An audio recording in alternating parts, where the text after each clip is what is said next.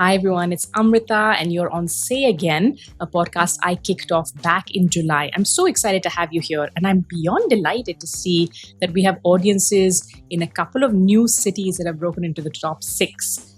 Take a look at whether you can spot them or not. Well, I'm really happy that we have an audience in Bhubaneswar. That's my home state of Odisha. Again, this is an Odia Geo. Thank you so much for listening. Do share your comments and feedback with me. Also, the beautiful city of Thiruvananthapuram, which I've had the opportunity to visit a couple of times in God's own country, no less. Thank you so much for tuning in to Say Again. And of course, my beloved Delhi, Bengaluru, Kolkata, and Guwahati. I'm so happy that some of you have been tuning into this podcast. And in fact, wherever you're listening from or watching from, I'd love to hear from you. You can just drop a comment of the city if you like with your feedback. And I'd love to, take that conversation further as well.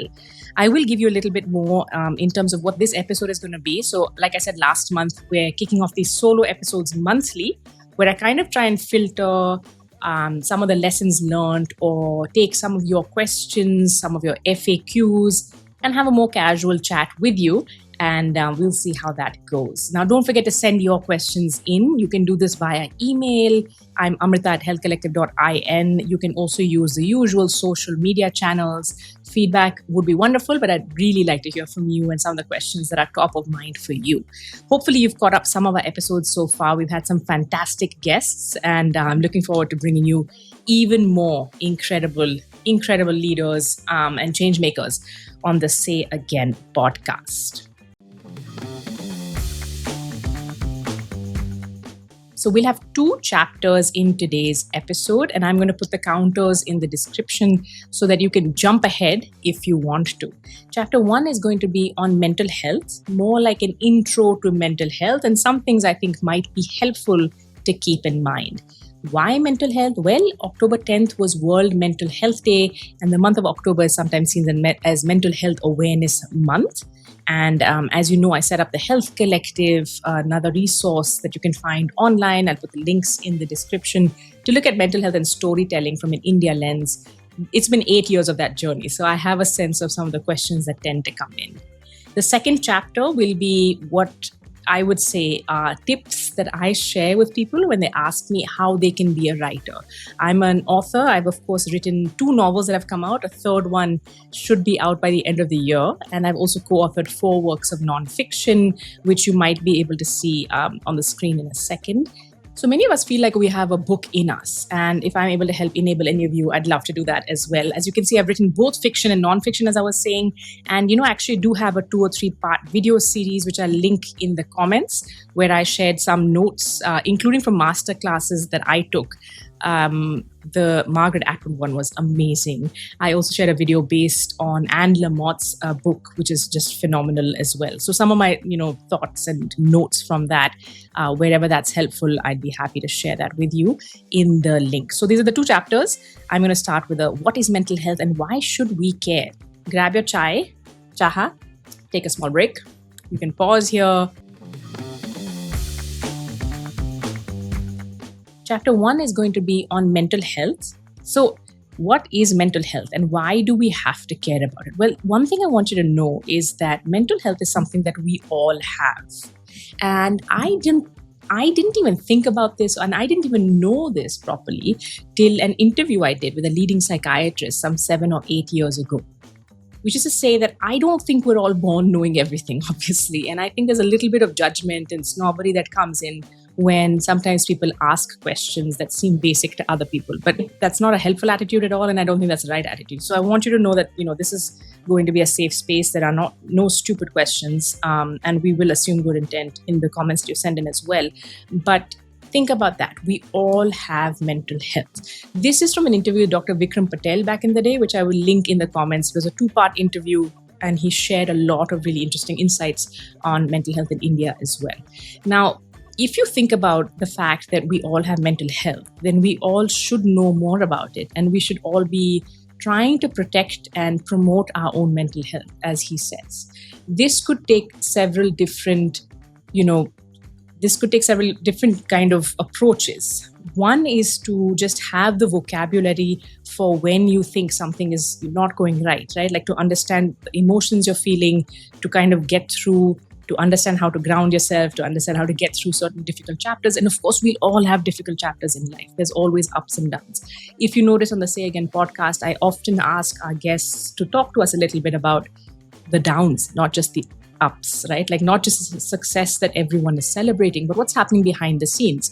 A couple of our guests and I have spoken about losing someone we love. What is it like to just deal with so much grief and loss and bereavement? How do you get through a chapter like that? And trust me, that's the kind of thing where no amount of gyan is really going to help you, right? It's going to be, you have to get through it. There's possibly some grace in knowing that friends and loved ones know how to deal with what you're going through without making it about them. But it's just to say that mental health and emotional health are things that we should all get more comfortable with. And then, of course, on the spectrum, you have mental illnesses and mental health conditions. And those are also very, very common. Not just in the US, not just in the UK, as people used to say back in the day, very much here in India as well. I think it was the same interview where Dr. Patel was quoting from one of the landmark studies that were done in India, which said that probably 10% of Indians have some sort of mental health disorder. And he gave me that caveat to say that doesn't mean the other 90% are enjoying good mental health. So just think about that. We are going to go through this, chapters in life where all of us will have to deal with things at the same time. There are certainly people who have to deal with conditions that they have to live with. There are diagnoses that have been given.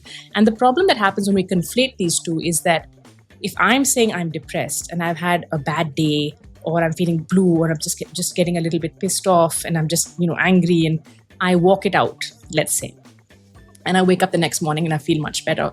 If I use depressed or I use anxious in that colloquial kind of way, like I'm just having anxiety or depression, versus somebody who has an actual clinical condition for which they need to take medication, for which they need to have therapy just to get through the day. Can you see the huge difference between those two?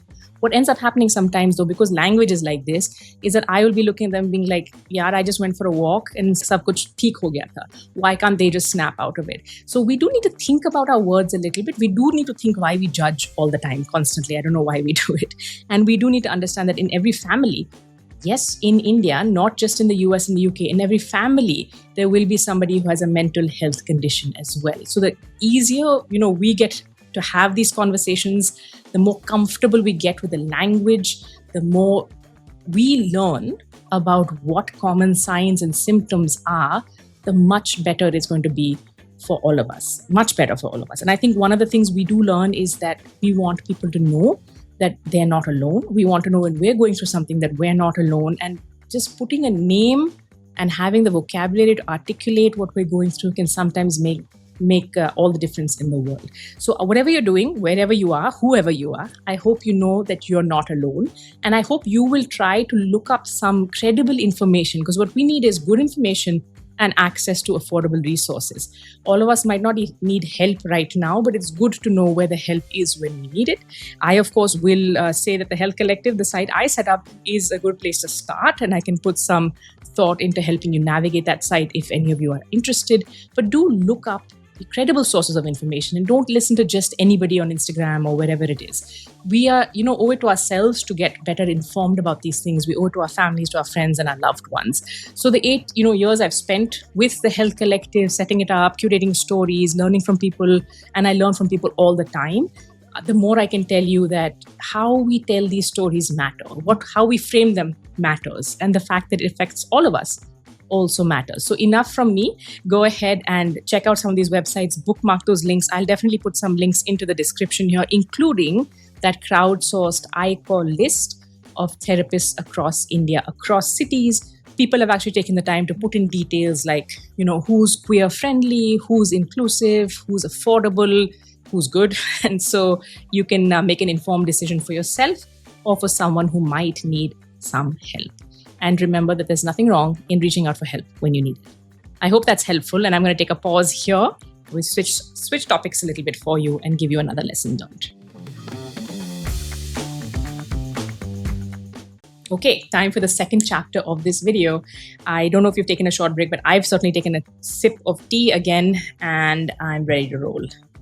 So because I've written books, and because I always wanted to be a writer, to be honest, I have been asked by many friends and people I know, sometimes strangers as well, what it takes to write a book. And that maybe a much longer, much longer speech. But usually they don't care about what I've gone through. They want to know how they can write a book. And I'm going to presume that's kind of your interest levels as well. If you're interested in writing a book or telling a story, then the next few minutes are for you. I'm going to start by saying I'd love for you to take a look at what you read, because I think that you'll find that all writers are readers first. I don't think it's necessary that you have to read only the kind of category of whether it's fiction or non-fiction that you want to write, but certainly it helps to be across what the latest is in the genre that you're interested in writing. So look at what you read. If you're not reading, then you might want to drop us a comment. You might want to think about why you want to be a writer. And, maybe it's another kind of storytelling that's more interesting to you. And we can talk about that for sure as well later. So today I'm going to be talking mainly about writing books. And I want you to think about whether you have any experience writing in any format. And if you want to share that, you can definitely drop that in the comments. It could be blogs, it could be articles, it could be website reviews. Of course, screenplays and things like that are a very different format and would require different experts to talk to. And if you're interested in something like that, we can also bring some of them on for another episode down the line. Now, look at what you read. Do you have any experience writing in the formats? The next thing I want you to think about is, what is that story you want to tell? Mostly when it's your first book, for example, it's not that, just because you want to write a book, you get to write a book. Mostly the ones that are successful, at least, it tends to be because there's a story that you're burning, like it's just burning up that you're dying to tell. There's a story that you want to get out there. So, you need to look at what that story is. And it might not come to you, and of course, it's not going to come to you in the full-fledged final form, right? It might come to you as a scene. It might come to you as a character. It might come to you as a point of view.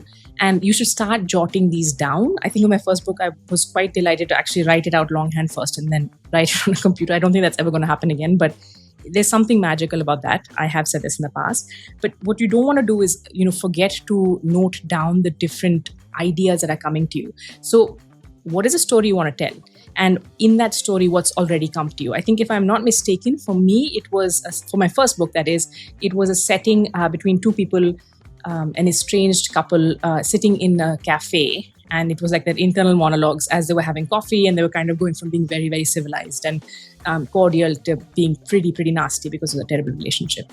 But I don't think the whole thing even made it to the final draft. But that was my entry point to Broken News. So what is that story you want to tell? Start writing it down. You do have to, and I should, take a step back and say, you do need to think about whether you want to write in whatever format, whether it's fiction or non-fiction. That's going to be a huge differentiator in how you take your notes, how you source, how you take quotes, and how you approach the whole thing, right? So if you think about, let's say, a topic like relationships, you might want to be approaching it from the point of view of a story, as in fiction, which is made up, and say, like, I'll put these characters here, and they might be set in New York, they might be set in New Delhi, they might be set in Bhubaneswar, they might be set in Lucknow.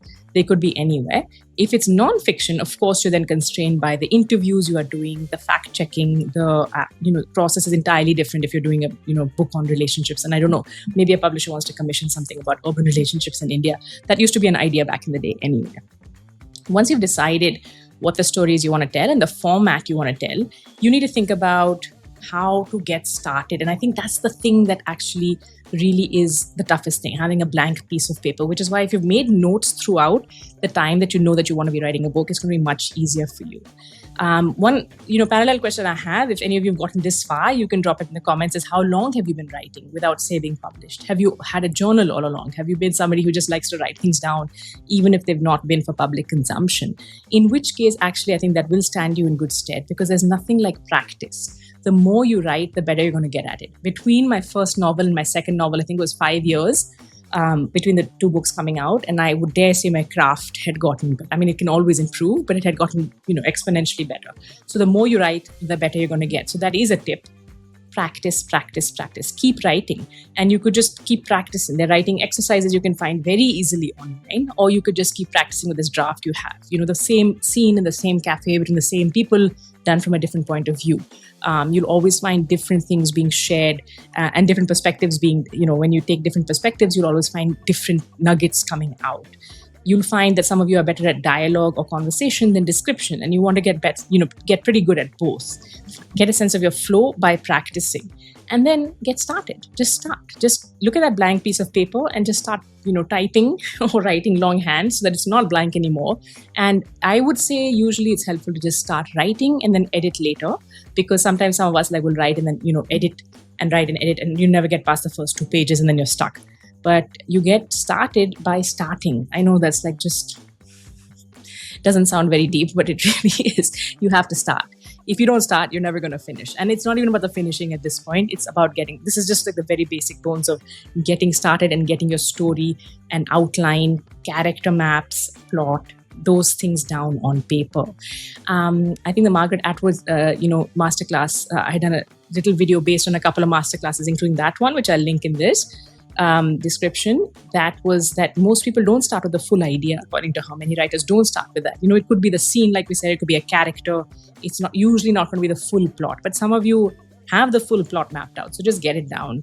And the final thing I would say is just make a routine. I think that's the number one thing we forget to do if we're writing, on the side. If you're not lucky enough to have that as your main gig, you need to get into a routine. So if you have a 9 to 5 or whatever it is, like 9 to 8 or 9 to 9, but you have a day job, you're probably not going to be, as enthused by the end of the day to just pull out your laptop and stare at the screen again. And your brain might not also be as fresh and ready. What you do need is a 2 to 3 hour chunk at least, I think, to get anything serious done, because that whole time is not spent writing. You need some time just to take a breath, clear your head, think about your book. So, I would say a 2 to 3 hour chunk. I've advised a few people to look at weekends, before the rest of the house wakes up, for example. If everyone's waking up at 7:30, maybe you can get up at 5. That time when it's very quiet and it's just you and you're not worried about the doorbell ringing or a courier coming or a child crying or a pet or, whatever it is, when you just get to focus on your own thing and your own craft. That's what I'll pause for now. I'm going to share the 3 videos that I have done on writing your first draft. And if you're interested, we'll do more of this. Thanks so much. Do not forget to get in touch, and don't forget that you got this as well. You can definitely leave your feedback, your comments, and I'll see you again very soon.